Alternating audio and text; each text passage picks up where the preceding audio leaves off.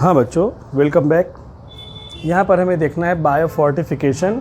अगर यहाँ पर हाइब्रिड वैरायटी हम प्रोड्यूस कर रहे हैं और उसके अंदर यहाँ पर न्यूट्रिशनल वैल्यू को हम यहाँ पर इंक्रीज़ कर रहे हैं, उसकी क्वालिटी, न्यूट्रिएंट्स की क्वांटिटी को अगर उसके अंदर हम इम्प्रूवमेंट कर रहे हैं तो यही मेथड कहलाता है बायो फोर्टिफिकेशन। और यहाँ पर बायो फोर्टिफाइड जो क्रॉप्स होते हैं that reduces the mall nutrition. जो यहाँ पर माल न्यूट्रिशन, बहुत सारे जो डेफिशिएंसी डिसीजेस पाए जाते हैं उनको जो कम कर देते हैं, क्योंकि जब इंसान, ह्यूमन या कोई भी लिविंग ऑर्गेनिज्म जब ऐसे फूड मटेरियल को यहाँ पर यूज़ करेगा तो जाहिर सी बात है उसको न्यूट्रिएंट्स मिल रहे हैं, तो यहाँ पर वो न्यूट्रिएंट्स जो है ख़त्म नहीं हो पाते हैं। बायो फोर्टिफिकेशन जो यहाँ पर प्रॉब्लम सॉल्व करता है, तो यहाँ पर हम देखते हैं तो इसको कहा जाता है that reduces the hidden hunger.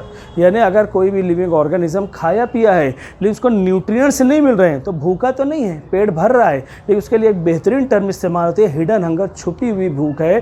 तो यहाँ पर bio fortification that solve the problem of hidden hunger. Hidden hunger का जो प्रॉब्लम है ये बायो फोर्टिफिकेशन उसको जो सॉल्व करता है। तो इस लेक्चर के अंदर हमें देखना है what are the methods for bio fortified crop.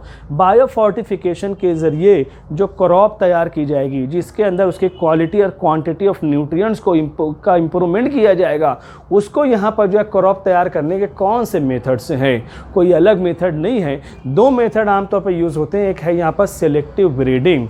जो सिलेक्टिव ब्रीडिंग जो नॉर्मल हाइब्रिडाइजेशन का मेथड है, जो इस चैप्टर के शुरुआत में हमने देखा है, प्लांट ब्रीडिंग का जो मेथड है, दो पेरेंट को सिलेक्ट करना है जिसके अंदर डिज़ायरेबल कैरेक्टर हो। जैसे हम चाहते हैं कि यहाँ पर जो है न्यूट्रिएंट्स के अंदर यहाँ पर इम्प्रूवमेंट हो, तो हम चाहते हैं कि यहाँ पर इम्प्रूवमेंट बढ़े, तो दो पेरेंट ऐसे सेलेक्ट करना है जिसके अंदर एक की क्वालिटी यहाँ पर अच्छी हो और एक ऐसा है कि अर्ली ग्रोइंग वैरायटी हो, जल्द बढ़ जाए, और यहाँ पर दूसरा जो है उसकी क्वालिटी यहाँ पर बेहतरीन हो। जब इन दोनों पौधों को डिज़ायरेबल कैरेक्टर लेकर हाइब्रिडाइज हम करेंगे तो जो यहाँ पर प्रोडक्ट तैयार होगा एक ऐसा प्रोडक्ट रहेगा जो अर्ली ग्रोइंग भी रहेगा, कम वक्त में प्रोडक्शन हासिल होगा, और उसके अलावा जो है यहाँ पर उसके अंदर न्यूट्रिएंट्स भी रहेंगे। तो पेरेंट्स को सेलेक्ट करके जो हम यहाँ पर ब्रीडिंग प्रोसेस करते हैं, प्लांट ब्रीडिंग, हाइब्रिडाइजेशन का प्रोसेस करते हैं, that process that is called as selective breeding. तो खास तौर से सेलेक्टिव ब्रीडिंग के अंदर one of the parent that must be selected, जिसके अंदर डिजायरेबल कैरेक्टर हो।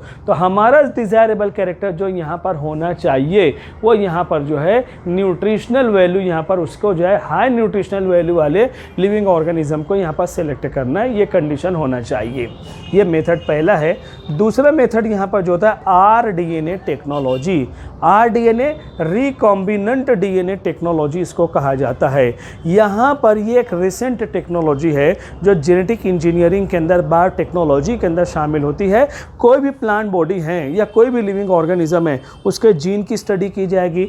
दूसरे लिविंग ऑर्गेनिज्म के जीन्स हैं जिसके अंदर ऐसे जीन हैं जो बेनिफिशियल, जो फ़ायदा हो सकता है, तो यहाँ पर जो यूजलेस जीन है या फॉल्टी जीन उनको निकाल कर दूसरे लिविंग ऑर्गेनिज्म के जीन को वहाँ पर जो फिट कर दिया जाएगा। तो इसको जीन का डीएनए का रिकॉम्बिनेशन कहा जाएगा। उसी से बना यहाँ पर आरडीएनए टेक्नोलॉजी।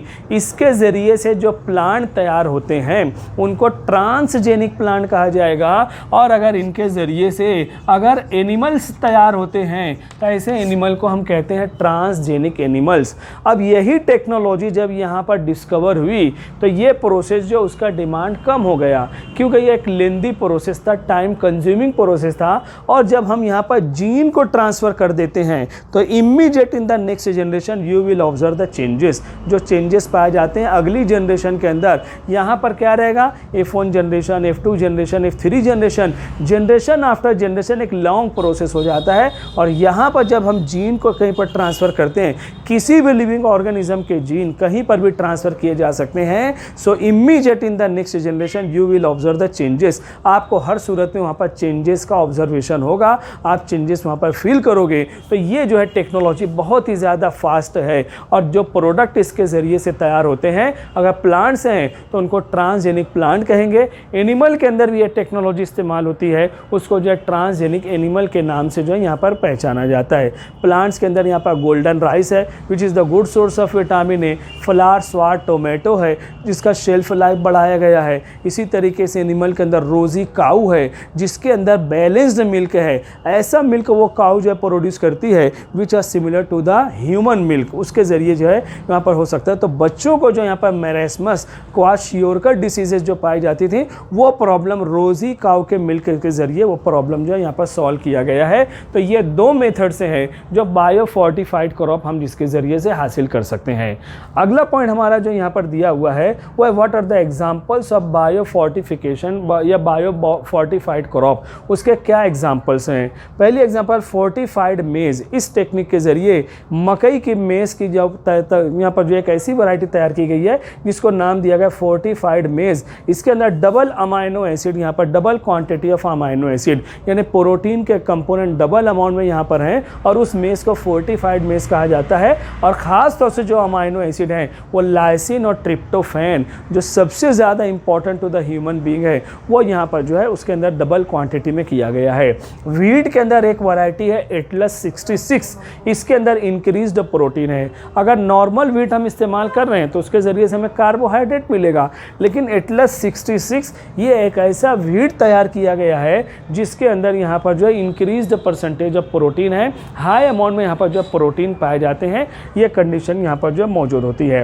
राइस की एक ऐसी वैरायटी तैयार की गई है जिसके अंदर 5 टाइम्स मोर आयरन यहाँ पर जो है प्रेजेंट होता है। अगर नॉर्मल राइस हम इस्तेमाल करेंगे that is the good source of carbohydrate, लेकिन यहाँ पर जो है फोर्टिफाइड राइस जो तैयार किया गया है 5 टाइम्स मोर आयरन। तो ये जो राइस की वैरायटी है आयरन की डेफिशिएंसी, हीमोग्लोबिन की डेफिशिएंसी को दूर करने वाले हैं। And that rice that are very suitable for the pregnant lady, pregnant lady के लिए बहुत ही ज़्यादा सूटेबल हो सकता है। उसके बाद कैरेट और स्पाइनेज, यहाँ पर जो है स्पाइनेज यानी पालक जो है और कैरेट गाजर जो होता है, इसके अंदर जो फोर्टिफाइड कैरेट फोर्टिफाइड स्पाइनेज जो तैयार किया गया है those become the good source of vitamin A और मिनरल, इसका परसेंटेज बढ़ाया गया है।